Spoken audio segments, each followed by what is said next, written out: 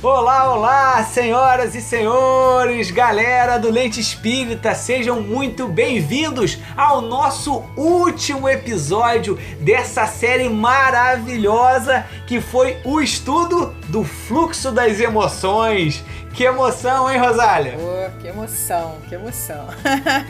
Muito feliz. Passamos pela alegria, passamos pela raiva, pela tristeza, passamos pelo medo e hoje vamos tocar em uma emoção fundamental que muitas vezes a gente não consegue nem vislumbrar que ela existe. Tão emocionante que a gente deixou por último, né? Pra fechar o pacote. É aquela que passa pela gente assim meio despercebido. E essas que passam despercebido, galera, é aquela que a gente tem que ter mais cautela. Porque se a gente não conhece essa emoção e se a gente não conhece qualquer que seja emoção e como que ela acontece e ela faz dentro da gente, ela passa, como diz o nosso bom e velho Kardec, a domar a gente, né? Sim, e eu fico pensando também, Gabriel, que das emoções que a gente tem, essa é a que a gente não quer ter. A tristeza, o medo, a gente até passa e fala, não, tô sentindo isso, né? Há uma rejeição social, mas a emoção que a gente vai tratar hoje a gente não quer ter. Quando a gente fala, você tem, a pessoa, não, imagina, né? Que emoção é essa? Que emoção é essa? Que emoção é essa que faz a nossa cabeça esquentar enquanto o nosso corpo congela? Que faz os nossos lábios levantarem apenas um lado do rosto. E a nossa face ficar enrugada, com os olhos fixos no nada. É o desprezo, Gabriel. É o desprezo, pessoal, em suas múltiplas facetas. Ciúme, nojo, aversão, né? Estamos em um momento da humanidade em que a pergunta da ordem do dia é: como dizer quem nós somos? Em encarnações anteriores, nossos grupos religiosos, nossa vila, nosso trabalho, nossa escola e nossa família colaboravam decisivamente para essa descoberta. E hoje? Com as redes sociais, as relações cada vez mais fluidas, como já dizia Bauman, não nos dizem ao certo quem nós somos. De uma certa forma é bom, porque nós vamos construindo cada vez mais, né? Essa percepção dentro de nós mesmos. Mas de outra é muito ruim, porque nós somos culturalmente condicionados a ouvir o que o outro tem a nos dizer sobre nós mesmos. E isso gera um silêncio perdido, uma depressão. Aprendemos nesse fluxo das emoções que as emoções elas são aprendidas socialmente, né? E que algumas delas, como a alegria, nós conseguimos demonstrar facilmente, enquanto outras, como a tristeza, nós queremos logo medicar.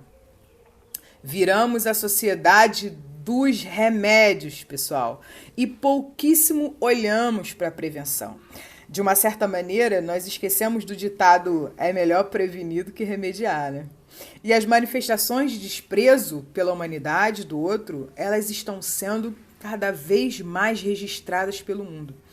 Sabemos que é uma emoção que sempre existiu, que nasce com a gente, mas agora nós recebemos nas nossas casas com uma rapidez impressionante as camadas da primitividade em um mundo que tenta ser moderno, sem acessar a tecnologia mais preciosa nos dada por Deus, a emoção. E desprezar é muito forte, né, Rosália?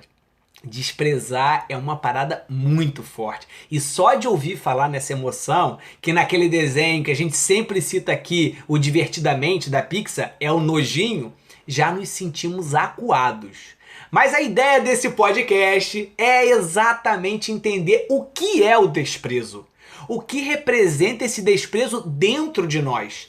Precisamos falar sobre ele. É uma emoção tão bombástica que se nós perguntarmos para vocês o que vocês desprezam, a resposta não vai sair rapidamente. O que é o desprezo? Por que se manifesta pelo nojo? E o ciúme tem ligação com o desprezo?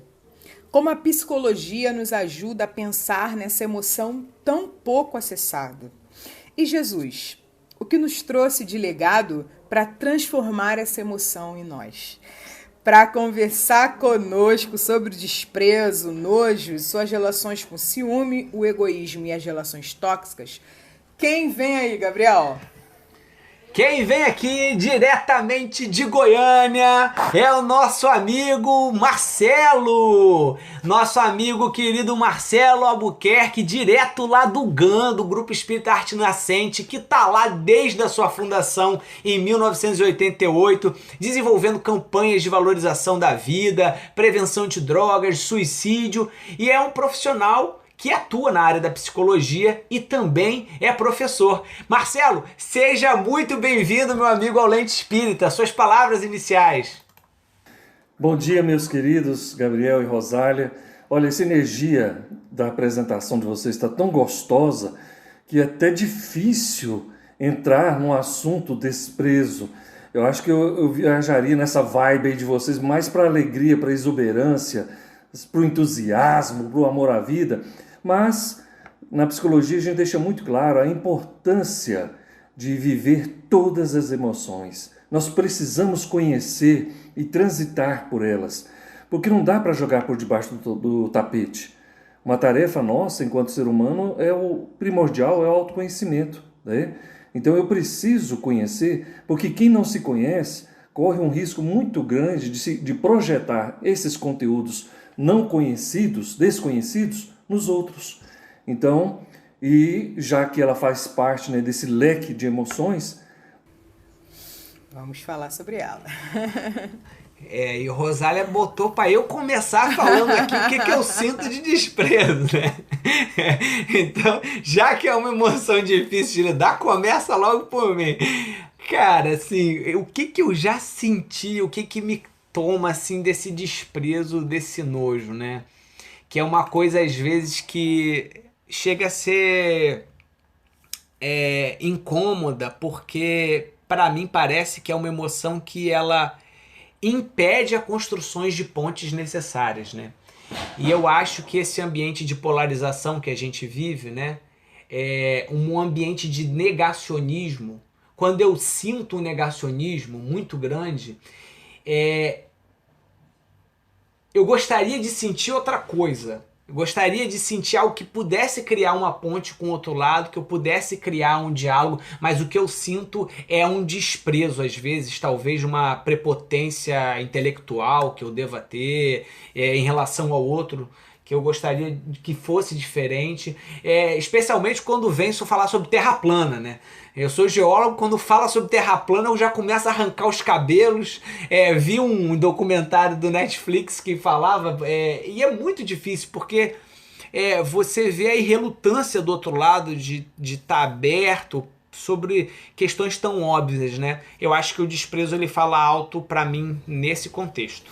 E pra você, Rosália? Eu também iria nessa linha, né? Agora a gente aprende assim sobre tolerância, né? E vai ver a raiz da palavra, né? Troll, que é suportar, né? E a gente tem sido muito intolerante, não suportar. E aí, até esse ano, eu enchia muito a boca para falar que eu era intolerante com as intolerâncias, né? Que eu desprezava os desprezos. Mas eu também vejo o quanto isso tem sido nocivo para mim, né?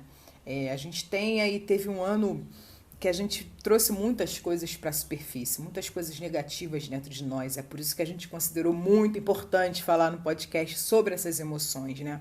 Como que essas emoções agem dentro da gente. Então, manifestações de racismo, de homofobia, de você negar a humanidade do outro pela classe social que esse outro se encontra, assuntos que o GAN já trata há anos, como a questão do aborto, como a questão das drogas, vindo à superfície ainda de uma forma superficial, né? Sem ser redundante mesmo, né? E isso me causa, assim, uma intolerância muito grande. É como se falasse, cara, não é possível que essa pessoa ainda ainda tá pensando nessa maneira. Então, eu tive uma dificuldade muito grande nesse ano de pensar. Murei bastante relações, né? Tentando construir pontes, mas eu acabei murando essas relações. E você, Marcelo, o que você despreza? Olha, eu sinto que quando eu percebo, né, essa apatia, né, o desinteresse, o pessimismo, né, o negacionismo, a falta de perspectivas, pessoas que já têm um script pronto, né, e que elas mesmas sabotam, né, oportunidades de se aproximar daquilo que ela despreza, de ter uma nova leitura, de ter um olhar às vezes engessado, né, cristalizado dentro de um conceito e não muda. Então essa resistência, né, ao outro, à mudança, esses estereótipos, as discriminações, né, esse fechamento em si mesmo, então isso de alguma forma me traz, né, um impacto, porque quando a pessoa está nesse estágio, ela fica estagnada, então assim, não há uma abertura para uma mudança, para uma evolução. É diferente quando a pessoa ela discorda, mas ela se abre para um diálogo, ela quer ouvir o seu ponto de vista, ela quer entender por que você pensa diferente, que diferente que é esse. O desprezo, ele fecha a porta, ele é uma muralha, ele não dá abertura para o novo. O que ele já tem é suficiente, né? Então ele fecha ali aquele conteúdo, ele põe um ponto final, e ali não se estabelece relação. Se estabelece às vezes uma agressão, uma indiferença, uma apatia. Então isso me incomoda, né? E Marcelo, é interessante você falar isso assim, porque eu pensei exatamente nisso quando a gente estava falando, né? Que os três foram numa linha muito semelhante. Eu fiquei imaginando Jesus, né? Na situação de governador espiritual e tudo que ele tinha de conteúdo, e ele estava lidando ali com pessoas num grau de evolução muito diferente. No entanto, ele conseguiu acolher a todos, né? Então parece que a potência, né, a potência no processo de construção é a gente conseguir converter, conseguir lidar com esse desprezo de uma maneira que a gente consiga que ele exista, mas que ele consiga gerar uma ponte ao mesmo tempo, né? Eu fico pensando aqui no como, né? Porque nesse percurso que a gente tem feito aí, né, de aprender sobre as emoções, que elas são um conjunto de reações corporais, automáticas e sociais, que precisamos dar nomes a essas emoções, né? Eu fico pensando nesse papel do desprezo. Qual seria a ação do desprezo? Que as pessoas nas redes sociais, por exemplo, chamam até de ranço, né? Que age no nosso corpo, na nossa mente e no nosso espírito. Como é que é? Qual é a ação dela na gente? Olha, eu falo para quem recebe, né, esse tratamento, convive com uma pessoa que de alguma forma o despreza, isso gera uma invisibilidade, né? Então você perde a sua visibilidade. Então o que você pensa, o que você sente, o ser humano que você é descartado. O desprezo despreza. O que é o desprezo? Eu tiro, né? Eu jogo fora, né? É como se não tem importância na minha vida. É como se a pessoa perdesse o papel dela, a identidade dela. E isso é gravíssimo, porque lembra muito também a rejeição, né? E para nós, na psicologia, a rejeição é uma das situações, né, de agressividade de maior intensidade, porque ao desprezar você impede que o outro assuma um papel, assuma uma identidade, né? E se tem algo que nós precisamos enquanto encarnados, é de uma identidade. Eu não reencarnei para ser uma parede. Se eu estou nesse estágio, né, de ser humano, eu reencarnei para escrever uma história, para deixar um legado, para fazer diferença na minha vida e na vida daqueles que eu convivo, né? Então o desprezo, ele anula, né? Ele sequestra, né? Ele tira a pessoa de circulação. E isso é horrível, principalmente quando isso começa dentro da própria família, né? Então a gente sabe, né, que as pessoas não nascem desprezando. É lógico que a gente traz as nossas cargas, o nosso legado de outras, né? Mas a família, ela tem aí um papel primordial para trabalhar nessas questões, né? E muitas vezes são emoções aprendidas no seio da própria família, né? Então eu sinto que a família, ela poderia fazer um trabalho de prevenção extraordinário, já desde sempre, né?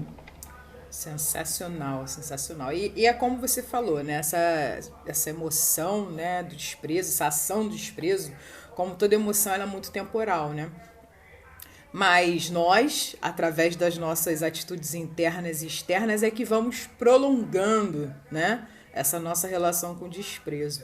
E uma das manifestações desse desprezo pelo outro, Marcelo, a gente não pensa muito, mas é uma relação de desprezo. Estou afirmando que o ciúme é uma relação de desprezo, né? É uma relação de desprezo pelo outro, como se a gente estivesse fazendo ao redor do outro uma cerca, né? O ciúme é uma cerca. A gente fica na ilusão do apego, querendo colocar quem nós amamos naquela cerca, queremos que aquele outro não mude e que a nossa relação continue igual, mas nem nós e nem o outro ficamos iguais, né? Então, esse outro, muitas vezes cansado dessas nossas projeções, ele vai acabar pulando a cerca, né? E a gente vai trocando de relações sem cuidar desse ciúme. A gente vai se vitimizando, vai sempre colocando no outro uma responsabilidade que é nossa, né? E esse ciúme ele só vai crescendo, crescendo, nos deixando fragilizados, inseguros. E eu fico pensando, Marcelo, como a psicologia ela nos ajuda a lidar com essa temporalidade do ciúme, que é uma manifestação do desprezo pelas mudanças do outro, e pelas nossas mudanças também, né? E como esse entendimento e aceitação da honestidade da gente sentir ciúme. Falar, caramba, eu tô sentindo ciúme da minha filha, tá mais apegada à minha esposa, mais ligada à minha esposa. Eu tô sentindo ciúme dos meus pais, eu tô sentindo ciúme do meu companheiro e da minha companheira. Como a gente lida honestamente com esse sentir ciúme por algo ou por alguém, né? E como a psicologia ela pode nos ajudar, né, a lidar com isso. Eu sinto que o papel da psicologia é primordial, é ir na gênese, né? Já que o Gabriel é geólogo, é ir lá na arqueologia, lá na genealogia, lá na gênese mesmo, para tentar identificar, né, que ciúme é esse, né? Para que a pessoa tome posse, para que ela entenda, de repente, quais são os mecanismos que me deixam fragilizado, me deixam numa situação de vulnerabilidade. E esses mecanismos, eles realmente são ameaçadores? Né? Que ameaça é essa? Né? E a gente vai ajudando a pessoa a pensar sobre essa construção dessa emoção, desse sentimento, desse comportamento. E essa construção, na medida que ela vai se conhecendo, aí a gente também começa a trabalhar a questão da autoestima, né? Porque na medida que a pessoa ela consegue ter um bom vínculo com ela mesma, ela se conhece, se respeita, se valoriza, ela tem probabilidades de assumir relações e sabendo qual é o papel dela ali, qual é a importância dela ali, ela não se vê ameaçada pela presença de uma outra pessoa, de uma outra situação. Ela sabe qual que é o papel dela, ela não busca uma coisa fantástica, né, que a autoestima promove. Essas pessoas que têm uma boa autoestima, elas não ficam mais buscando a aprovação do outro, reconhecimento do outro. Então, assim, eu não preciso que você manifeste o que você sente por mim, tá, para que eu me sinta bem. Eu já me sinto bem independente do que você sente por mim. Eu não sou dependente do seu afeto, da sua atenção, para eu me sentir bem nessa encarnação, com a vida que eu tenho. Então, ou seja, se há uma boa autoestima, um bom nível de autoconhecimento, eu vou manter uma relação de desapego com o outro. Porque eu sei que o outro tem um papel também, e assim como eu tenho N áreas de atuação, o outro também tem, né? E tem um momento que é nosso, que é em comum. É um momento que deve ser, né, valorizado, respeitado, mas essa pessoa, ela não veio para ser o sol da minha vida, né? Então, assim, o ciúme vem muito acompanhado de uma conduta muito egoísta, né, de posse, de possessão, de ser possessivo, né, de ser exclusivo. Então, se você desenvolve uma boa autoestima e uma boa amorosidade, uma boa aceitação, eu não preciso de que o outro fique tampando buracos. Eu não preciso da presença de uma forma acentuada na minha vida, porque A pessoa que tem um nível baixo de autoestima e de insegurança, todas as vezes que alguém chega perto do objeto amado dele, representa uma ameaça. É como se fosse roubar o brinquedo dele, né? E aí, eu vou brincar com o quê? Quem vai suprir a falta dessa pessoa? Quem tem uma boa autoestima, ele tem bons amigos, ele se realiza na vida profissional, ele se realiza na vida social, ele tem um vínculo geralmente com a espiritualidade, né? Ele tem um hobby, ele tem um vínculo de repente com a própria família dele de origem. Então assim, há tanta coisa que faz os olhos dele brilhar, e aquela pessoa que está com ele é mais uma situação, né? E não a única. Então, para quem tem uma boa autoestima, é como se a gente olhar para os dedos da mão, cada dedo fosse um pilar que me dá satisfação e realização. Para a pessoa ciumenta, é como se ela transferisse todos, ao invés de ter vários pilares, ela só tem um. E aí ela dirige para essa pessoa. E se essa pessoa de alguma forma o frustra, tira-se o pilar. Aí ele entra em pânico, em desespero. Ele jogou todas as fichas da vida dele naquela situação, naquela pessoa, se tira. E uns é tão insuportável a dor que ele não se permite mais ficar aqui. E ele chega ao ponto, né, de ir às vias de fato, de tirar a vida daquela pessoa e se matar. Porque eu vou viver para quê agora? Então é muito delicado, né? Então eu sinto que na medida que a gente desenvolve a autoestima, se gosta, se respeita, e esse autoestima a gente tem nada a ver com narcisismo, como o cara que se acha, eu sou, não. É um amor, é um sentimento de gratidão e outra, de você se amar independente de condições, é um amor incondicional mesmo. Não é aquele amor planilha, não, que eu só vou me amar depois que eu me formar, depois que eu me casar, depois que eu conseguir um estágio, conseguir um bom emprego, me aposentar. Não, é o amor aqui e agora. Lindo. Lindo. E você falando, eu fiquei pensando assim, né, Marcelo? Quando tira todos os pilares, você falou, né? Quando o ciumento ou a ciumenta, ele reúne todos os pilares num único pilar, né? E é exatamente assim, o que a gente está tentando fazer aqui nesse podcast, né? Ampliar a nossa visão sobre o que pode ser a vida. O que pode preencher a nossa vida, né? Como que a gente pode ter mais outros pilares e como esses pilares funcionam exatamente para a gente conseguir nos manter com essa autoestima, nos manter em harmonia, nos manter em paz. Uma outra coisa que eu achei interessante puxar antes da gente avançar nas outras perguntas é o caráter inicial do nojo, do desprezo no critério evolucionista, né? No critério da evolução, no conceito da evolução dos próprios animais, né? Ele tem ali naquele primeiro momento assim uma relação com a comida, né? Com os sabores, com aquilo que me faz bem, e esse desprezo para determinadas comidas ou esse desprezo para determinados tipos de textura, de certa forma nos protegeram na evolução, né, Marcelo? Por exemplo, comer uma comida estragada, né? Você tem aquele gosto de caraca, que gosto ruim e tal, né? Eu queria, antes da gente avançar, entender um pouquinho assim, como é que isso sai, né, do processo evolutivo que nos mantém a sanidade e a segurança e passa para ser uma coisa que pode nos adoecer. E como que esse desprezo, hoje, ele poderia, tirando só essa relação de conservação da vida, né, ele poderia ser uma coisa que nos conservasse também como espíritos? Eu sinto que,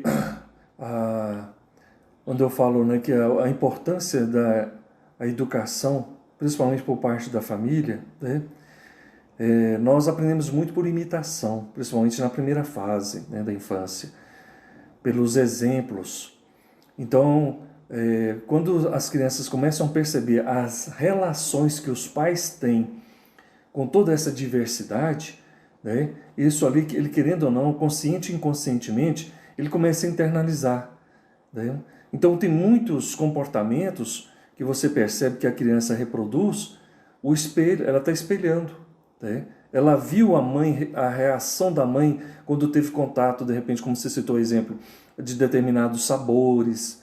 Ela viu a reação da mãe quando ela vai falar com a secretária dela. Ela vê a relação da mãe e do pai quando eles veem pessoas menos favorecidas nas vias públicas, né? Então tudo isso é assimilado.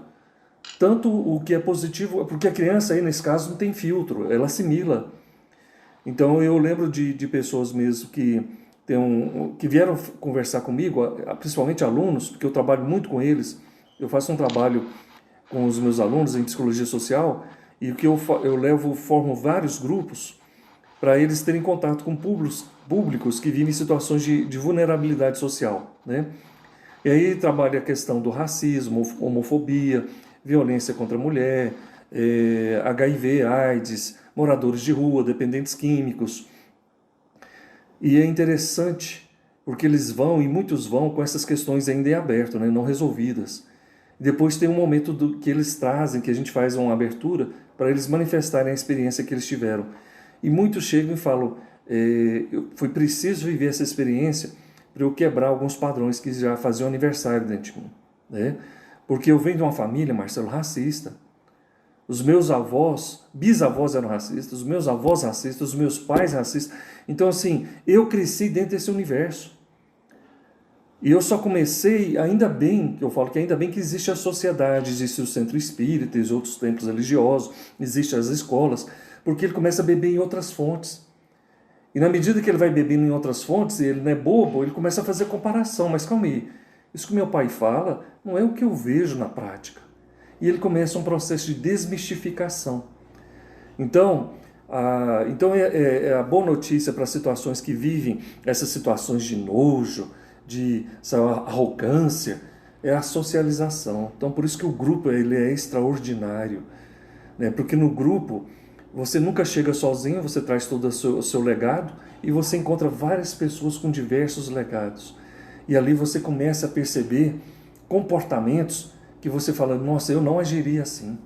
Caramba, eu sempre tive essa opinião. E olha a opinião dela, e olha que é interessante, né? Então por isso que eu sinto que nós temos que ter uma certa tolerância quando se fala em desprezo, em N outros preconceito, né? Porque a gente não sabe qual foi o caminho que essa pessoa percorreu, que escola que ela estudou, quais foram as referências, né?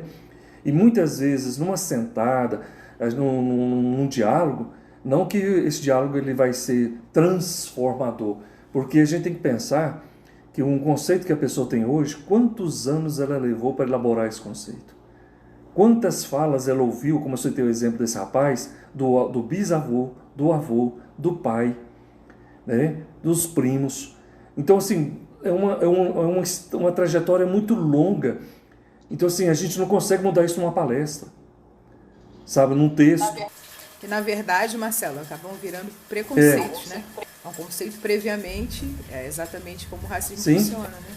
Vem da sua trajetória familiar e você realmente não transformou, está fazendo aquilo, não está pensando, e aí de repente chega um momento que você... E aí eu queria te perguntar, ainda nessa sua linha de resposta, há um lado bom no desprezo? Que assim, a maneira como você está conduzindo essa resposta nos leva a entender de que o desprezo ele ajuda a gente a entender a nossa individualidade, né? Ajuda a entender que a gente sente, ajuda a gente a falar em primeira pessoa. Esse seria o despertar positivo, quando a gente encontra o desprezo assim, frente a frente? Com certeza, não só isso, como todos.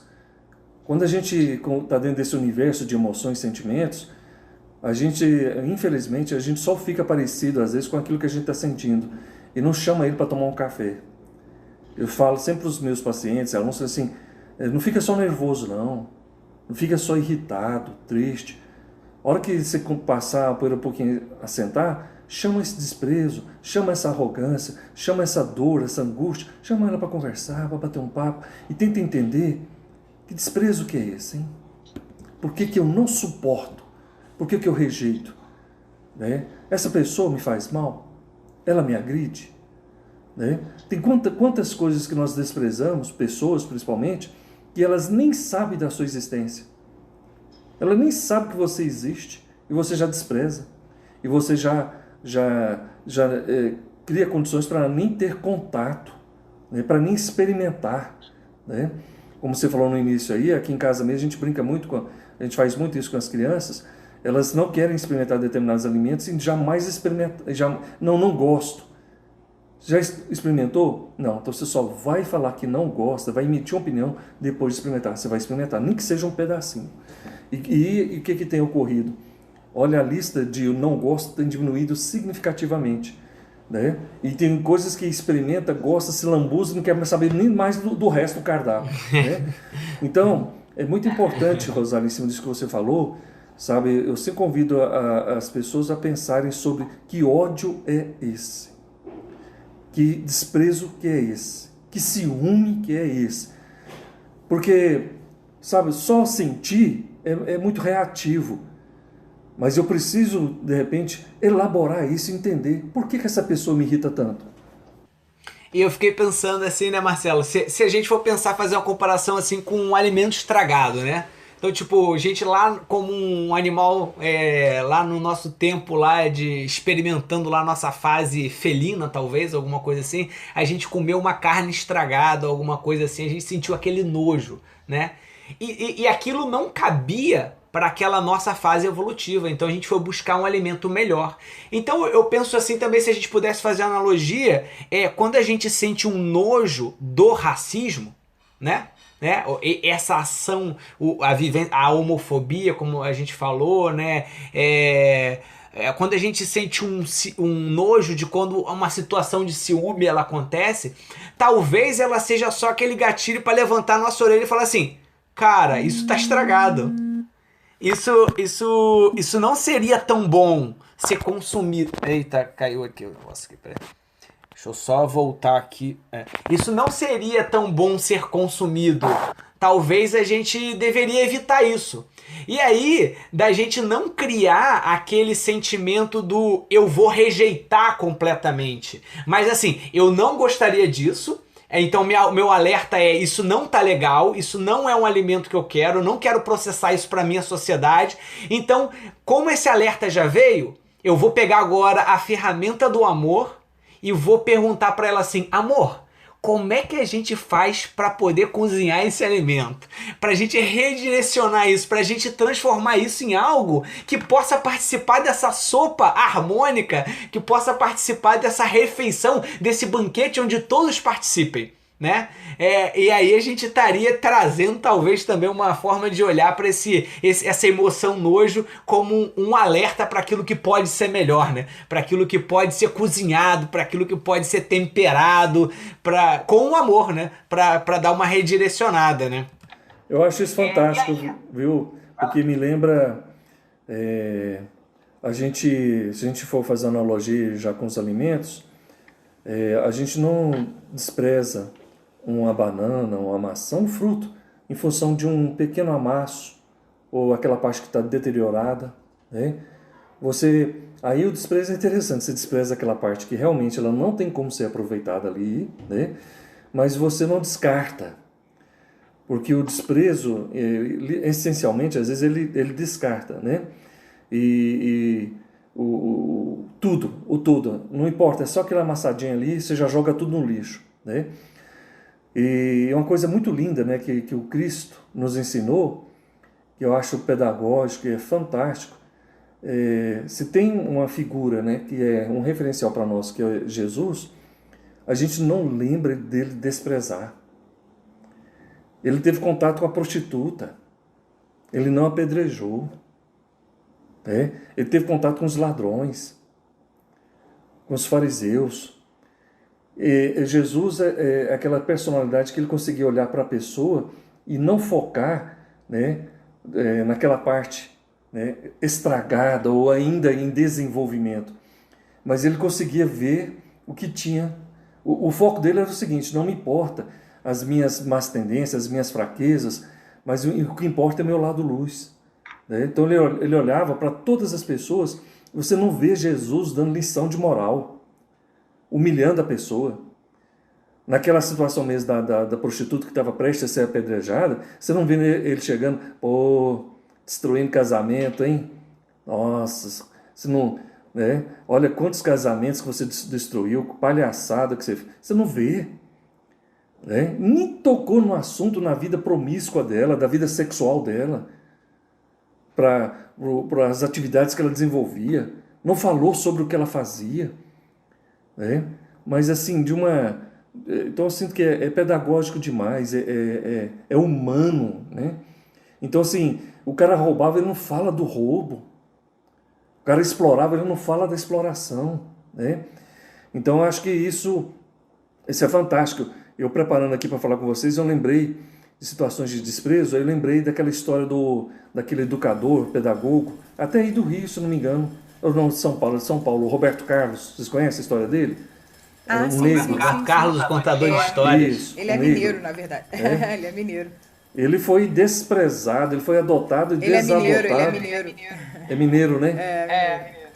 E ele foi adotado e desadotado inúmeras vezes, uma ficha, né, imensa de delitos, e encontra uma francesa, né, que o adota, né?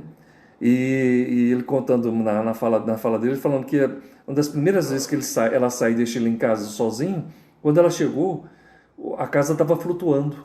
Ele abriu todas as torneiras, né, fechou todas as possibilidades da água sair, do líquido sair, e estava tudo flutuando. E ele pensou, agora sim, né? Estou dando um motivo para ela ser mais uma que vai me desadotar, né? E ela chega, olha para aquela situação, vou precisar da sua ajuda, vamos limpar essa casa?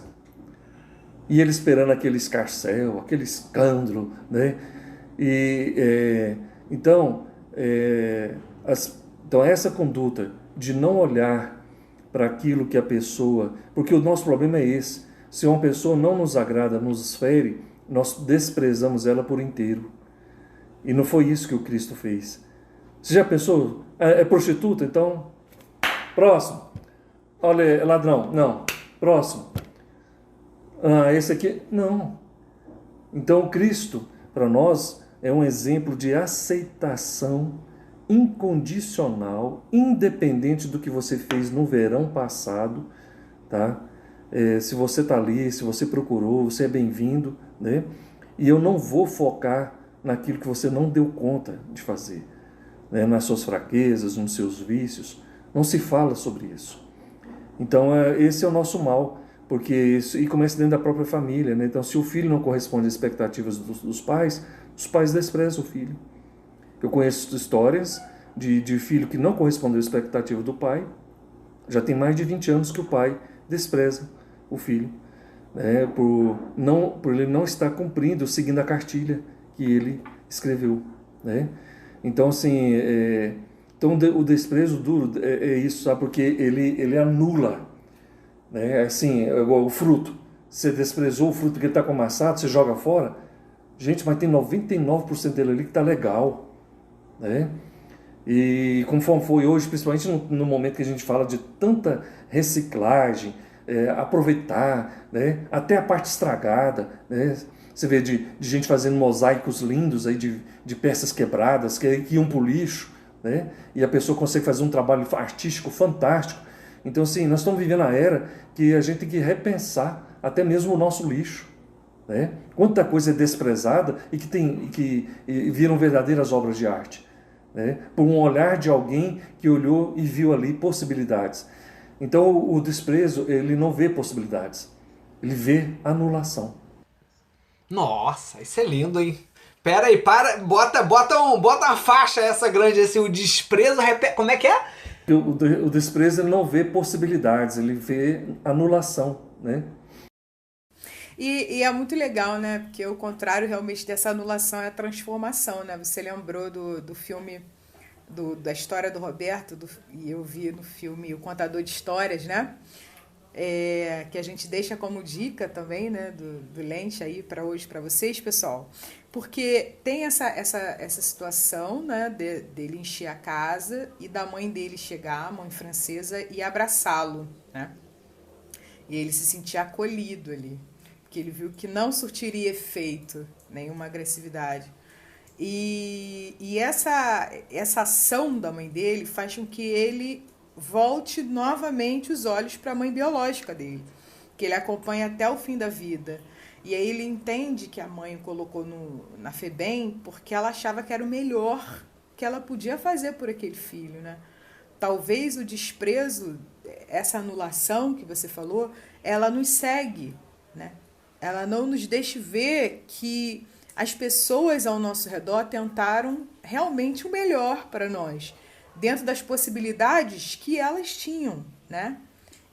O que começa a complicar, como você também falou, né? Quando a gente projeta, né, um sucesso que, enfim, a nossa individualidade, a gente não veio para a Terra para suprir as necessidades dos nossos pais, enfim, para realizar o sonho dos nossos pais. E é muito difícil psiquicamente a gente entender isso, né? E aí o Gabriel, ele estava falando sobre essa questão das emoções serem tão vastas, mas ao mesmo tempo elas serem públicas e ao mesmo tempo passageiras, né, Gabriel? Fala um pouco mais aí pra gente. Eu posso dar um exemplo enquanto o Gabriel esquenta as turbinas? Sim. Eu recebi um pai que ele, 4 filhos e um muito problemático. Brigava na escola, notas baixas, era chamado constantemente na escola. E esse pai começou a desprezar esse filho. E só se dirigia a ele sendo muito duro, muito ríspido, e fazia questão de valorizar os outros, né, e desvalorizá-lo. E aí ele veio conversar comigo, eu falei, olha, eu vou ter uma proposta para o senhor, um desafio. A partir de agora eu quero que o senhor sequestre o seu filho, esse filho problema. Ele, como assim? O senhor vai sair só com ele. Vai ter momento que vai sair a família inteira, mas vai ter momentos que eu quero que o senhor saia só com ele. Mas ele não merece. E falou tudo, né, que o filho fazia. Falei que justificava o não merecimento. Falei, pois é. Mas o senhor vai sair só com ele. O senhor vai sair para comer um sanduíche com ele. Ele gosta de que?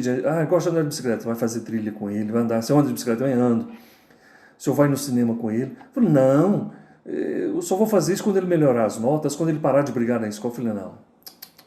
Mas por que eu devo fazer isso? Eu falei, porque ele é seu filho. E seu filho, o senhor está fazendo barganha com ele.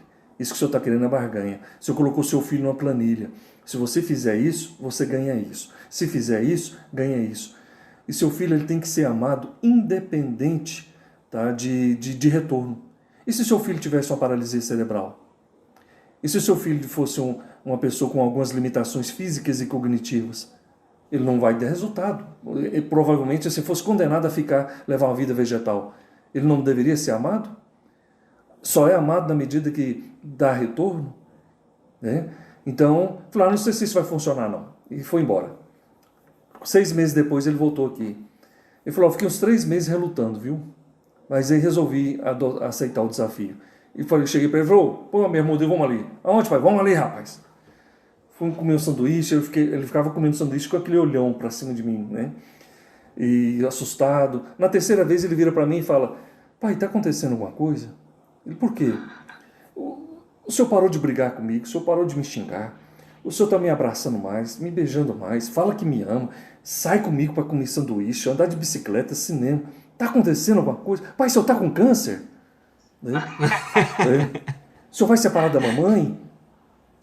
Aí ele narrou, né? Ele falou, olha, eu aprendi, me falaram que eu tenho que te amar, meu filho, independente de você me dar resultados que o papai espera de você. Não importa se você tira 2 na escola ou 7, você é meu filho. Eu não posso esperar que você mude o seu comportamento. Não, agora eu vou amar meu filho. Então eu aprendi que eu tenho que te amar. Você tirando 2 ou 7, saindo bem na escola ou não, brigando ou não, né? Então o papai resolveu te amar. Ele fala, Marcelo, ele não mudou da água para o vinho não, mas esse semestre eu não fui chamado nenhuma vez na escola. E um dia ele chegou aqui, né, tropeçando nas pernas porque conseguiu tirar um 7. Né? Então, o nosso mal é esse, sabe? Porque o desprezo tem muito a ver com raiva e desgosto. Né? Então, assim, a pessoa, esse desgosto faz com que você vá desprezando, porque a pessoa não está atendendo à sua demanda. e você começa a sentir um certo ódio, um asco, né? O desprezo, é desprezar. Por quê? Porque a pessoa está vivendo a vida dela, não está vivendo a sua, não está correspondendo às suas expectativas, né? Um exemplo, que a gente tem assistido muito nas redes sociais, né? É uma pessoa que pensa ideologicamente diferente de você. Você corta ela da relação. Eu tenho pessoas que, ao emitir uma opinião, ela te chama de reacionário, imbecil, idiota, e corta, né? E eu até brinco, eu criei uma situação aqui em casa direto, eu tenho uma sala muito grande aqui no meu apartamento, e eu comprei esse apartamento com essa sala grande justamente porque eu gosto muito de festa mesmo, de receber gente, né? Só para você ter uma noção, a última reunião que teve aqui, antes da pandemia, tá, gente? A última aglomeração foram 64 pessoas na minha sala. Jesus! Né? E nessas 64 pessoas, gays, lésbicas, negros, gente da esquerda, gente da direita, ateus, agnósticos, céticos, espíritas, evangélicos. Gente, é uma salada, né? E cantando, um casal que eu tenho de amigos meus que são homoafetivos, eles que foram fazer o almoço, as lésbicas que trouxeram a sobremesa, o pessoal da esquerda tocando violão, o pessoal da direita no piano, você entendeu? Então, assim, e tem gente que fala, Marcelo, como é que você consegue almoçar num cara que volta no Haddad e jantar num cara que voltou no Bolsonaro? Isso é impossível! Né? Como é que você, sendo um hétero normativo, cis, né, consegue ter um trânsito na sua casa? Né? Gente... E eu venho de um centro espírita, e no meu centro espírita são várias evangelizadoras que são lésbicas, o nosso diretor do GAN de arte geral é gay, né? As dançarinas do grupo, né, uma delas, que é a Bia, é negra, né? E muito atuante. Então, assim, o desprezo, gente, infelizmente... Olha quanta gente linda. Eu ficava olhando aqui na sala para esse tanto de gente. E todo mundo ali comendo, brincando e tocando. E a gente se divertindo. Eu falei, olha só, o que eu poderia ter privado, ter uma sala vazia, ou só com quem pensa como eu. Olha a riqueza da diversidade, né? Então o desprezo, ele faz com que a gente perca, né, toda essa beleza, essa singularidade, né, porque a gente começa a engessar o olhar, né, e você não vê mais isso que o Cristo fala, né, a beleza das diferenças, né, do outro. Então, e aí eu separei um negocinho aqui do nosso amigo Fonte Viva, que ele fala assim, a lição 71, se alguém diz eu amo a Deus e aborrece o seu irmão, é mentiroso, pois quem não ama o seu irmão, ao qual viu, como pode amar a Deus a quem não viu? Né? Então, assim, o desprezo, ele retira esse amor. Né? E aí você fala que ama a Deus, mas calma aí. E você não consegue, você ama, mas com preferências, né? Com regras. Então eu sinto que... Vai lá, esquentou a turbina aí, Gabriel? Tá quentinho. Sensacional. Ferveu. Cara, que troca linda, linda. Isso é muito bom. E essas emoções, né, que são públicas, passageiras, enquanto os sentimentos eles já têm aquela característica de serem mais privados, duradouros, a gente passa a entender e enxergar também a manifestação do desprezo em muitos espaços sociais, né? Muitas vezes no nosso ambiente familiar, como a gente falou aqui, ele se manifesta de maneira mais silenciosa e dolorosa, né? O que chamamos de uma relação tóxica familiar.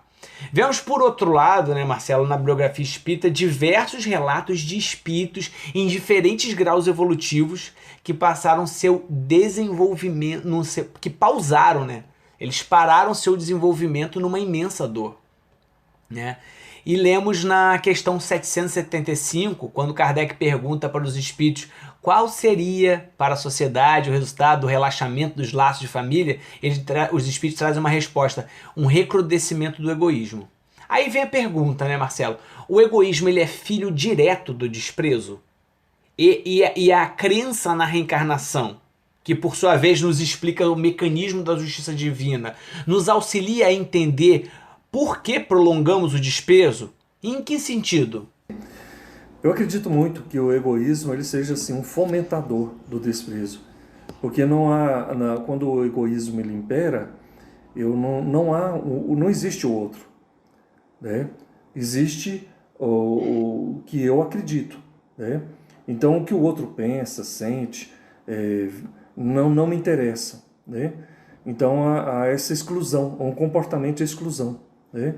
Então eu acredito sim que o desprezo é um companheiro, um parceiro, né?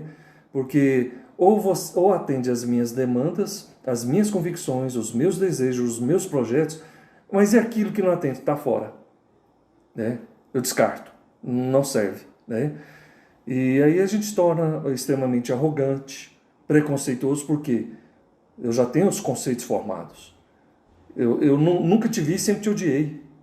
Né? Assim como tem eu nunca te vi, sempre te amei. Né?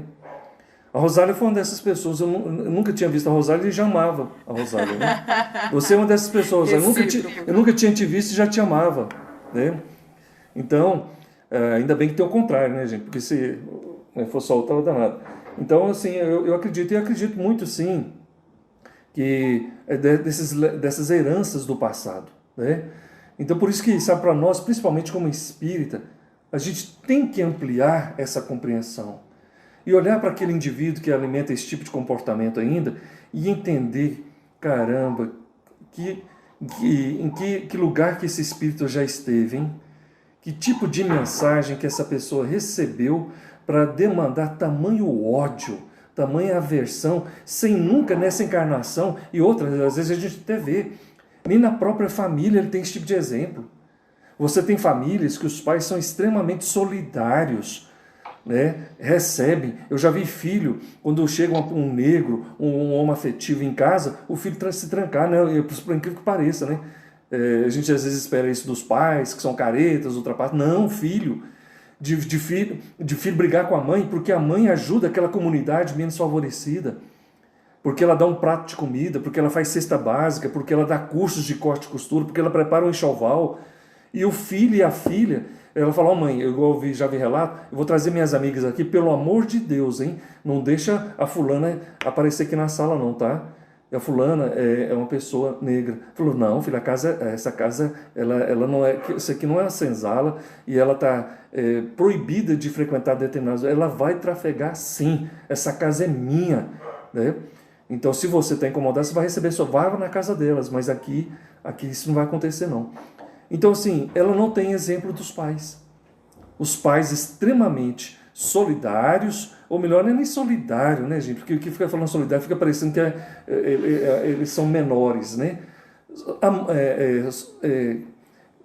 Como se diz? Conscientes, pais que são conscientes, né? E o filho não é. E aí o pai pode perguntar: mas onde é que esse menino aprendeu? Eu nunca destratei, eu sempre recebi bem. Eu tenho amigos, igual o pai fala para o Marcelo, eu tenho amigos que são gays, vão almoçar, jantar lá em casa, e meu filho sai da mesa e deixa a gente sozinho. Então, assim, e viva o espiritismo. Né?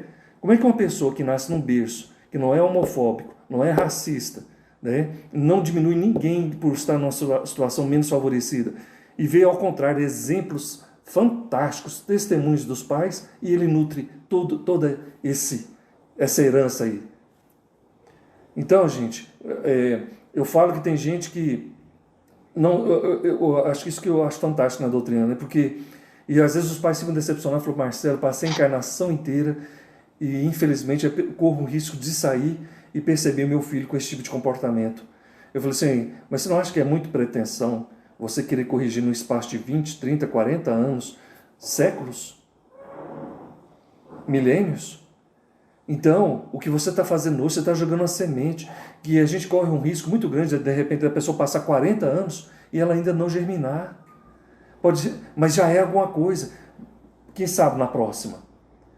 Né? Quantas de nós mesmo aqui, agora nesse momento, né, desse podcast, coisas que nos foram faladas lá na infância e a gente rebelou, não aceitou, bateu de frente com o pai e com a mãe, foi preciso passar muita água debaixo da ponte para hoje você falar assim, nossa, caramba, minha mãe tinha razão. Minha mãe tinha razão. Cara, olha aqui, meu pai já fazia isso. Você acha que você está descobrindo, né? Na verdade você está reinventando a roda, sua mãe já fazia isso, cara. Você teve que passar 40 anos, né, para aceitar algo que sua mãe já fazia. Então, e às vezes ela nem aqui está mais, né?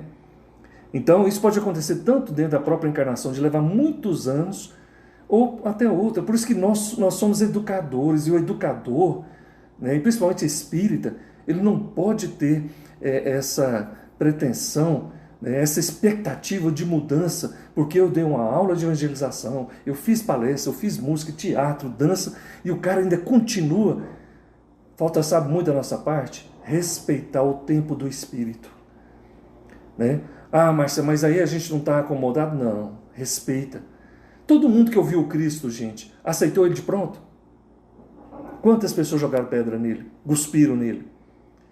Quantas pessoas que estiveram lá com ele, em loco, a cores ao vivo, né? E não aproveitaram e acharam aquilo ali ridículo? E só depois, em algumas encarnações, nossa, gente, tem 2000 anos no mínimo. A gente está aqui tentando aprender. Né? Tamo aí, né? 2021, Marcelo, 2021 tá apontando aqui pra gente, tá na marca do pênalti pra gente fazer o gol, né? Ele vem aí com ele uma série de desafios que nós ainda não conseguimos assimilar, exatamente como você apontou, né? No século passado, nós chamamos essa década, que vai começar agora no século XXI, de os loucos anos 20. Eles eram muito baseados na frase curta, tempo é dinheiro, né? E tudo tinha que ser muito rápido, muito prático, muito fácil, né? Uma enorme quantidade de experimentos, eventos científicos, artísticos, marcaram aquela época, assim como a Grande Depressão, porque você produzia muito, você consumia muito, e aí acabou chegando um momento que você produziu muito e não tinha para quem vender. Então, pessoas, muitas, milhões, perderam seu emprego e milhares suicidaram. E aí, Marcelo, a gente fica pensando assim, aquele sonho americano, que era um sonho material, ele foi ruindo na década de 1920, porque eles colocaram o ter no topo, né? Você consegue traçar assim alguma previsão, né, para os loucos anos 20 do século 21, que ainda está tão arraigado no ter e não no ser? Uma previsão que seja assim mais otimista, sabe? Se nós basearmos esses nossos novos anos 20 no ser, como é que seria uma sociedade transformadora, né? Nesses, se Deus quiser e se nós quisermos também, os bons anos 20 do século 21. Depois de todo esse 1920 que valeu por uma década, 2020 que valeu por uma década. Olha, esse 20 está valendo quase que para uma encarnação inteira. Viu? É verdade. Eu sinto que com essas mudanças, né, que essa trajetória que você falou aí, desde a era industrial, né, do homem aí que entrava num estabelecimento e vivia e ficava ali 20, 30, 40, 50, aposentava ali dentro, né? Para essa era que nós estamos vivendo hoje, que é a era da informação, da inteligência, eu tenho percebido que um dos grandes fracassos da juventude hoje, do pessoal que está vivendo, né, dentro desse período hoje, é o fracasso da ausência do autoconhecimento, da espiritualidade. Pessoas às vezes notáveis em QI, né, mas com uma nota muito baixa em QE, né, coeficiente emocional e espiritual. Você vê pessoas que tiveram oportunidades, né, que os nossos pais antepassados não tiveram, né? Boa formação, acesso à informação, né, educação, mas que não desenvolveram essas competências.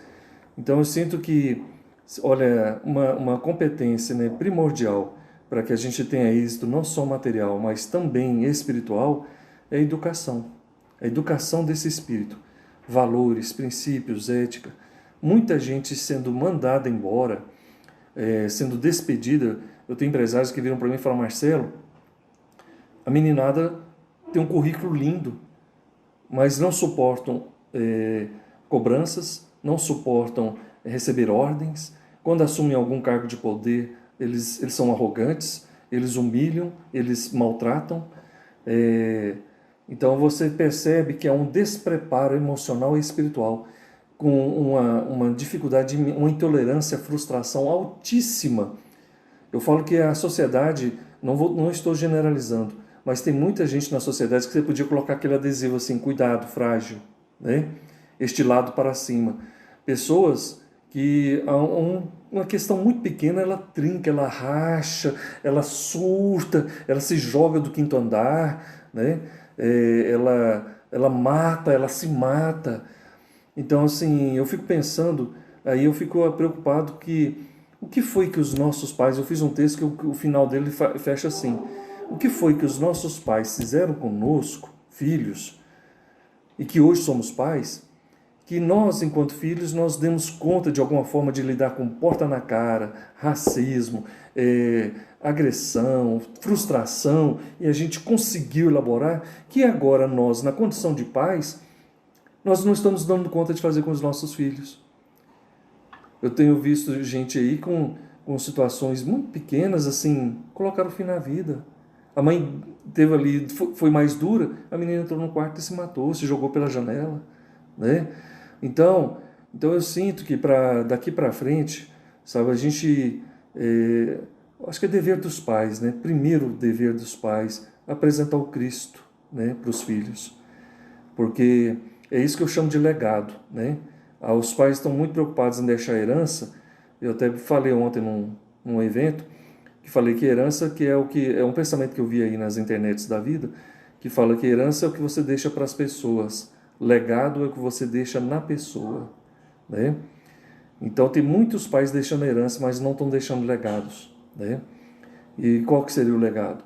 O culto ao evangelho no lar, né? Para nós que somos espíritas. O filho crescer vendo o pai, do exemplo, né, diário dos pais, de cidadania, de respeito, de amor ao próximo, né? Então, assim, aqui em casa mesmo, minhas filhas cresceram, eu tenho uma filha de 27 e duas mais novas. Eu resolvi ser pai na idade de ser avô, né? E, então elas cresceram, minhas filhas não sabem o que é, assim, entre aspas, na nossa cultura, na minha família, elas não sabem o que é racismo, né? Porque elas sempre tiveram trânsito aqui dentro de casa. Elas não sabem o que é homofobia, né? Então, assim, que exemplos que nós, pais, estamos passando para os nossos filhos, né? Nós estamos apresentando para eles essas possibilidades de fortalecer esses conceitos, porque, gente, o jovem dessa década agora aí de 20, né? De 2020, que tiver conhecimento, valores, princípios, ética, amor ao próximo, solidariedade, olha, eu não vejo pessoas assim desempregadas. Eu não vejo pessoas assim se dando mal. As portas se abrem e o povo quer. Eles querem ele porque ele dá retorno. Não é só esse retorno financeiro, porque o grosso, o estúpido, o arrogante, ele até conhece muito, mas ele não fica, porque ele se torna insuportável, uma pessoa difícil.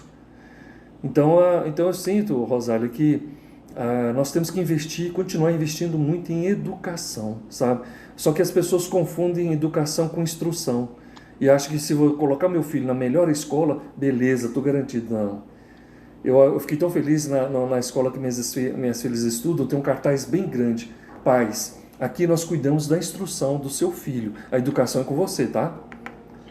Então, assim, por favor, não venha, gado de corte, gado de leite, né? linguagem aqui do Goiás, tá? Gadicó, né? Então, assim, não confunda as coisas, né? Então, assim, não é à toa que o Kardec fala né, a gente vê muito na doutrina, o amai-vos, instruí-vos, né? Então, assim, ele não falou só instruí-vos, né? Ó, o importante é a instrução, cérebro brilhante, QI lá em cima, né? Se não tiver essa educação do espírito, infelizmente, seu filho pode ter estudado na melhor escola, falar fluentemente mais de 2 línguas, e ele corre um risco muito grande de que numa primeira ou algumas frustrações da vida, ele não consiga vingar, não consiga se estabelecer, porque não sabe lidar com não sabe lidar com as diferenças, humilha, critica, maltrata, né? Aí você tem um gênio, tem até um texto aí que eu estou desenvolvendo, nós estamos vivendo a era dos gênios desempregados. Quanta gente com genialidade em tudo, gente. Na arte, esses exemplos que a gente está vendo aí na arte. Os humoristas, né, atores, atrizes. O cara é um gênio para criar, né? Mas e a moral? E os princípios? E o assédio? Né? Desempregado. E tem gente que fechou portas, ele vai ter que ir para outro país, ou para outro lugar, outro planeta. Né? Porque a boa notícia é que nós também não estamos tolerando. E as pessoas mandam embora não é porque eles... Não, porque eles sabem que vai perder a audiência mesmo. O pessoal vai boicotar mesmo. Não vou aceitar uma pessoa que tem esse tipo de prática de assédio moral, assédio sexual, né? E jogando isso para debaixo do tapete. E a inteligência que você está falando é não só de assediar, como a de criar todo um cenário para que a pessoa assediada ainda seja vista como a louca, né? Eu fico pensando muito nisso, assim, o quão ardilosas são algumas inteligências, né? Que se fossem boas, nossa, seria tão mais fácil, né? Ser bom é tão mais fácil, né? Ser mentiroso, você tem que ter boa memória, você tem que saber contar uma história de trás para frente para trás, né? Ser ciumento, você tem que ser um super ator, porque você não pode mostrar que você tá sentindo, né? E aí é sempre o mesmo discurso, né? É a outra pessoa que é louca, a outra pessoa que é desequilibrada. Então, assim, pensar nessa história especificamente e ler, né? Eu li, assim, eu não conseguia parar de ler, Marcelo Gabriel, não conseguia. É uma reportagem imensa, eu não conseguia parar de ler, da Piauí. E aí eu fiquei pensando, caramba, não só assediou, como no dia seguinte fez piada, e nos outros dias foi contatando as pessoas que ele sabia que ela chegaria para falar, para dizer que estava estranha, que era louca, sabe? E são sempre pessoas que a gente acha que estão num grau de vulnerabilidade e que a gente acha que pode exercer o poder e vai ficar impune, né? É muito... Eu fico pensando muito isso, até estendendo, gostaria que você falasse também sobre isso. Por exemplo, com relação a governantes políticos, porque a gente fica pensando, caramba, a lei de ação e reação não vai chegar agora? Será que a gente vai ter que esperar a pessoa desencarnar, né? Mas aí, ao mesmo tempo, Marcelo, eu fico pensando, e que isso é bom pra gente, né? Porque a gente fala, eu desprezo o injusto, eu desprezo o racista, eu desprezo o homofóbico, mas de que maneira realmente a gente está transformando essa emoção em uma ação? Você já tem conseguido observar isso? Ou dentro de você, ou socialmente falando? Eu sinto que eu tenho percebido alguns movimentos, né? Um deles é fortalecer quem já é, né? É como se visse nele um grande representante, ele fala a minha língua, né? Alguém que vem para negritar um texto que eu já tenho, ou aumentar a fonte, né? De um texto que eu já tenho, né? Eu tenho que tomar cuidado com esse exemplo que eu acabei de falar, né? Negritar o texto, né? Mas assim, mas é dar uma relevância. Aí, mas nesse caso, entendeu, isso. Mas eu falo até aproveitando isso, né? Falo assim, tomar um cuidado, não porque tem uma coisa que a gente tem que ficar atento, porque às vezes eu vejo as pessoas corrigindo o outro, mas elas vão com tamanha violência. Não se fala, você é um racista, como é que você usa um termo desse? Gente, a pessoa ouviu isso a vida inteira.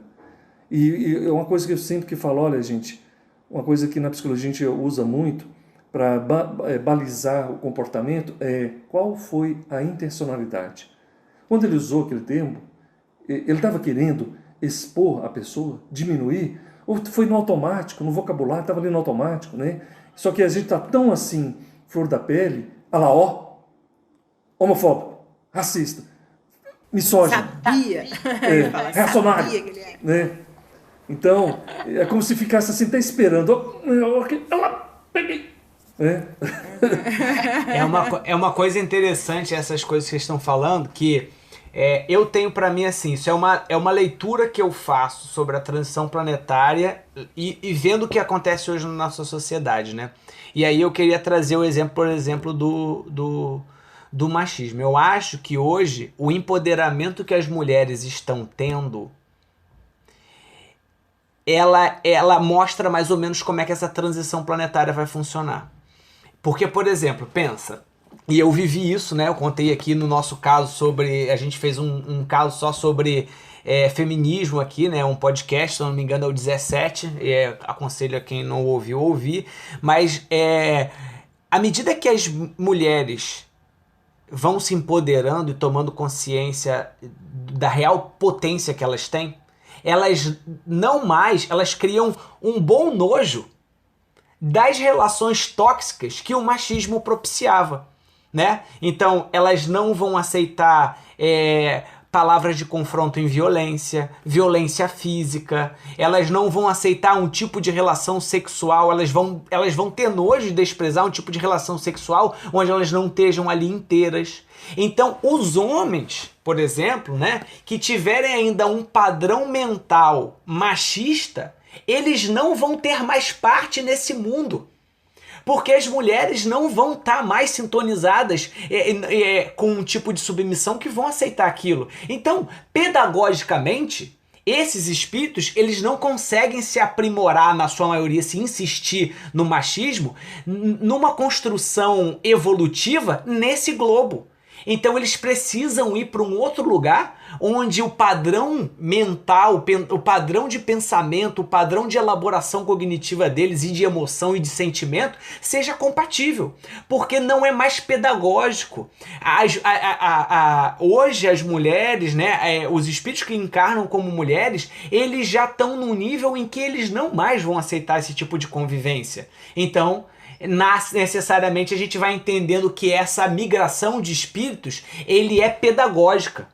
Ela não é um expurgo violento, né? Ele é pedagógico. E o que vai fazer a gente... E o que tem um papel fundamental nesse momento evolutivo? O nojo, né? O bom desprezo, né? É aquele de, olha, tudo bem que você queira fazer isso, mas comigo não. E com a gente não, né? E o próprio não aceitar, por exemplo, que diretores, né, de uma, como foi o caso aí que a gente está citando, né, um diretor humorístico da Globo seja um assediador, de falar assim, nós temos nojo disso. Olha, você pode até fazer outra coisa, a gente quer até que você se reeduque, mas ter o papel de um diretor, estar em contato com essas pessoas, olha, a gente está falando que esse tipo de coisa está um pouco estragada. Melhora isso lá. Aqui não, melhora isso lá, né? E aí agora a gente chega pro nosso momento do final do nosso episódio, que foi maravilhoso, uma conversa... Rosália já tinha previsto, hein? Ela falou assim, ó, a conversa com o Marcelo vai ser uma conversa muito gostosa, muito fluida, e assim... Com muita alegria, Marcelo, realmente foi. E a gente vem para o nosso momento que é chamado Lente em Foco, né? Onde a gente dá nossas palavras finais aqui, você deixa uma mensagem e a gente dá dicas sobre alguma coisa que é interessante. Eu vou deixar como dica o podcast sobre o feminismo que a gente gravou aqui, que se eu não me engano é o Lente Espírita 17. Né?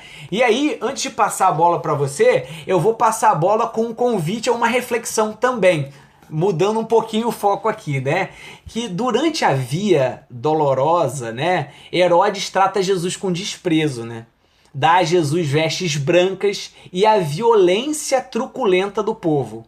São Boaventura comenta a atitude de Herodes dessa maneira: desprezou como impotente, porque não fizera milagres, como ignorante, porque não respondera uma só palavra, como covarde, porque por não se haver defendido. E nós conseguimos compreender o silêncio de Jesus como um silêncio corajoso, entender que Herodes desprezava na verdade a si mesmo, insultava a si mesmo, maltratava a si mesmo, né? Estava, portanto, imerso nas suas próprias angústias. E aí, a lição de Jesus nos aponta os efeitos de nosso desprezo em nós mesmos, né? Com essa analogia com Herodes. Almas despertas como Gandhi, Madre Teresa, Chico Xavier entendiam o desprezo alheio como um degrau evolutivo e respondiam que ficariam mais tristes se eles fossem os ofensores do que no final das contas, né? A relação é sempre nossa com Deus e que no final das contas a nossa relação é sempre com Deus.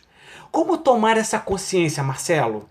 A gente gostaria que a sua palavra final, a sua dica fosse por esse caminho assim. Como tomar essa consciência? Exatamente de entender que esse papel do outro, na verdade, ele pode ser, se ainda de um ofensor, ele é um degrau evolutivo pra gente. Olha, depois de uma fala como essa aí, fantástica, né? Que nos convida a inúmera reflexão, eu sinto que a gente tem que, de alguma forma, começar a olhar para o outro e ver nele um irmão. Né?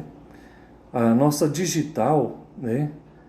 Se a gente procurar a gênese da digital de todos os seres humanos, a gente vai reconhecer e a gente sabe quem que é o pai. Né?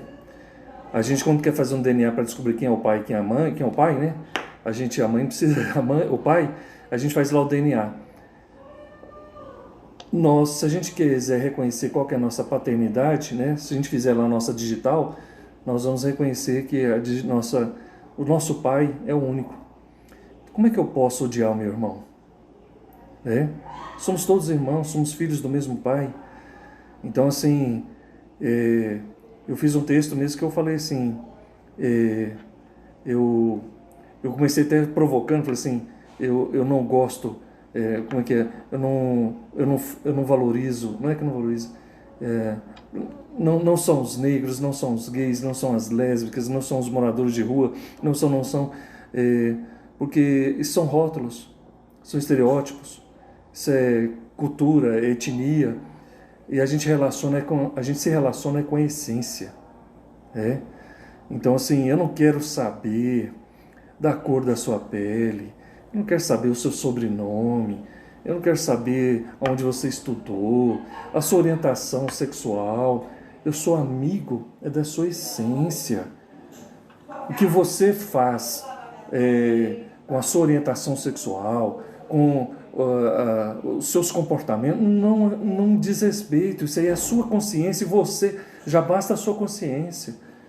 Então eu sinto que um grande convite para nós é fazer isso que o Cristo sempre fez. Olhar para o ser humano e ver e observar o que existe de lindo, que é a essência. Aí aquilo que é ruim, que não, isso é da pessoa, isso aí não lhe diz respeito. Ela já tem um trabalho árduo para ter que trabalhar essas questões, que é essa tarefa de casa que ela recebeu para vir fazer nessa encarnação. Já basta a cruz que ela está carregando. Você ainda vai colocar mais peso. Né? Então eu sinto que é isso, sabe? Aceitação incondicional. Olhar para o outro e ver e tentar buscar. É o que o Exupéry já falava, né? Que o essencial é invisível aos olhos. Né? Então eu achei legal. Minha filha fez uma entrevista e ela estava preparando para fazer uma entrevista. Era uma entrevista via Skype. E aí foi passado para ela a seguinte informação. Olha, a entrevista se dará daqui a 5 minutos. Por favor, não ligue a câmera e não queremos saber a sua idade, tá? E ela tinha se produzido toda, falou, nossa pai, fiz um fundo legal, me produzi, e eles não querem a minha imagem e não querem saber a minha idade, porque aqui na nossa empresa a gente contrata pessoas, E não importa a etnia, não importa o cabelo, não importa se tem um problema físico, não importa a idade. Se você atender aquilo que faz parte da filosofia, da cultura da nossa empresa, então eu achei extraordinário. Então eu sinto, sabe, gente, a gente não pode ser tão pessimista, porque tem muitos movimentos que estão valorizando a diversidade. Só que, infelizmente, quando há ações de racismo, homofobia, é isso que ganha mídia. Né? Eu trabalho com relações humanas, vida organizacional. Então, o que eu gostaria de deixar é que, quando a gente sentir essas emoções visitarem a gente, sabe assim, não se sinta o cocô do cavalo do bandido, o pior dos piores, mas assim, aproveita esse mal-estar para se questionar por que essa situação me incomoda tanto, hein? Por que eu não consigo aceitar uma pessoa em função da pigmentação da pele dela, da orientação sexual, para o nível socioeconômico que ela se encontra? Por que eu não consigo fazer ainda, né, o que o Cristo nos ensinou, né? Se aproximar dos leprosos, dos ladrões, das prostitutas, sem ver diferença, sem asco, sem nojo, sem desprezo, né? E já que o nosso compromisso com essa encarnação é passar essa vida limpo, deixar o homem novo nascer e pedir para o homem velho passar lá no RH para a gente dar as contas dele, né? Então que a gente tenha essa tolerância, esse olhar para dentro e sempre se questionar do porquê que eu sinto, né? Por que me irrita, me provoca tanto. Se a gente começar a fazer essas perguntas, gente, pode ser que a resposta não venha de imediato, mas elas vêm, né? E se aproximar dos bons exemplos, né? Então quero agradecer, tá, a oportunidade, achei fantástico esse momento, muito bonito, né? Porque, gente, falar de Cristo, né? Falar do Evangelho, falar dessas coisas é fantástico, né? Eu falo que é acender uma luz dentro da gente, né?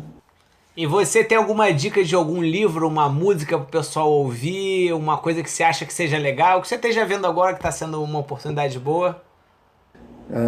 Deixa eu ver aqui. Olha, eu acho que os livros, eu gosto muito dos livros da Joana de Ângeles, Irmãs do Fox, né? Que são muito contextualizados, né? E o do Haddad também, né? Do Espírito, né? As dores da alma, os prazeres da alma, né? São livros muito atuais, né? Que nos ajuda a inaugurar novos olhares, né? Ótimo. Muito bom, Marcelo. A gente só agradece. Foi um momento muito leve. Que bom que foi você para falar, né, sobre o desprezo, que é tão pesado. Você deu uma leveza, assim. Com certeza todo mundo que está ouvindo a gente está muito agradecido. Como dica, eu vou deixar para vocês, tem um projeto no YouTube chamado Acolher, Perdas e Lutos. E eles têm um videozinho de 5 minutos chamado Você entende que o outro pensa diferente de você? Eu acho fantástico a gente pensar nisso, né? Um outro mini documentário, que é do mesmo grupo que fez O Silêncio dos Homens, que a gente tratou no podcast sobre masculinidade tóxica, eles têm um mini documentário chamado Como Conversar com Quem Pensa Diferente de Você, que também é fantástico, bem curtinho, vale a pena, depois de ouvir o podcast, vocês irem lá no YouTube para assistir. Tem um filme também um pouco mais antigo, que é Comer, Rezar e Amar, e aí vai para as minhas amigas, né? E tem uma frase que é muito utilizada, né, em Comer, Rezar e Amar, uma palavra que é atravessiamo, né? Para a gente atravessar juntos, né? Que em 2021 a gente tem essa noção de que sozinho a gente não vai conseguir. Se a gente quer uma década nova, uma década de bondade, que a gente olhe para o lado com mais cuidado e com mais carinho. E aí eu gostaria de encerrar esse programa incentivando olhares de bondade para todos nós, para todos vocês, que esse 2021 ele seja iluminado por dentro, que a gente consiga refletir cada vez mais a nossa essência. É possível ser bom, pessoal. É fácil ser bom e a gente consegue. A gente teve na Terra um grande espírito que a gente gostaria de recordar nesse encerramento, que é o Francisco de Assis, que tem uma oração que é um mantra e que a gente vai deixar aqui para vocês de dica final. Senhor, fazei-me um instrumento da vossa paz. Onde houver ódio, que eu leve o amor. Onde houver ofensa, que eu leve perdão. Onde houver discórdia, que eu leve a união. Onde houver dúvida, que eu leve a fé.